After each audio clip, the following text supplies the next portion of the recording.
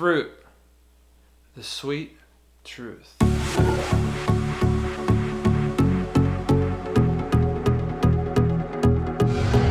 So most people tend to think that vegetables are freaking awesome, that we should eat more of them, but what about fruit? Many people in the media and the medical community are telling people to limit or even eliminate fruit. The question that's being asked in the diet community: is fruit making you fat? That's because some of our most popular fruits can be alarmingly high in fructose, a simple sugar, and carbohydrates, two culprits that can sabotage weight loss.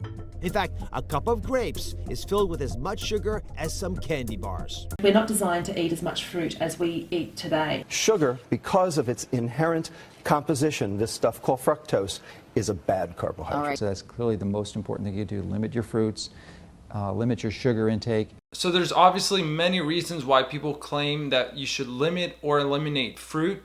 One of them being fructose, the main sugar found in fruit. Fructose is mainly metabolized in the liver, where it bypasses a rate-limiting step which allows it to get right into the cells. Basically, it's not regulated at all like glucose is. Fructose does not even require the use of insulin. So because of this, people claim that fructose can cause the formations of triglycerides, which basically means weight gain, and hepatic fibrosis, so liver damage. But what they don't tell you about the studies they're referencing is that the fructose used in those studies is industrial fructose, not fructose from fruit, but refined fructose. Another stigma they like to stick on fruit is that it causes blood sugar problems. So check this study out. They had two groups. One of them got sugar, one of them got sugar with pureed berries or nectar, and they measured their blood sugar levels about every 15 minutes or so.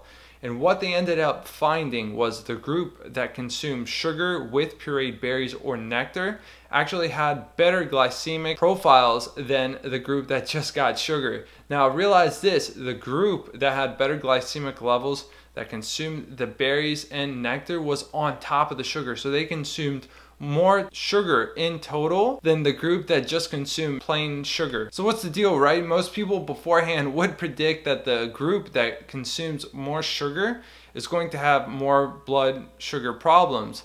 But as it turns out, the polyphenols found in fruit tend to help with the absorption of sugar. So you're consuming all this tasty, fresh, delicious fruit, and you're not even absorbing all the sugar from it. But yeah, these polyphenols found in fruit tend to suppress postprandial glycemia, which is awesome. Also, most fruits tend to have a ton of fiber, and just like these polyphenols, they tend to suppress postprandial glycemia.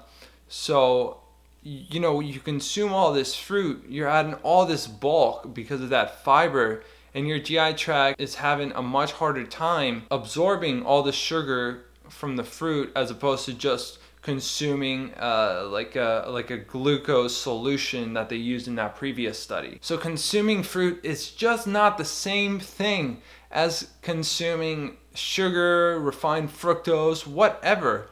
I mean, you take freaking white bread, which is demonized for so many things, you throw some berries on it, and your body is actually going to produce less insulin than if you were just to eat plain white bread. So you add the berries, you add more sugar, but because you're adding the whole fruit with all the benefits that come from it, you tend to produce less insulin. How crazy is that? There are a lot of variables out there, and we probably will never be able to identify them all, because our bodies and the nutrients that we consume are just as complex as the matter in outer space.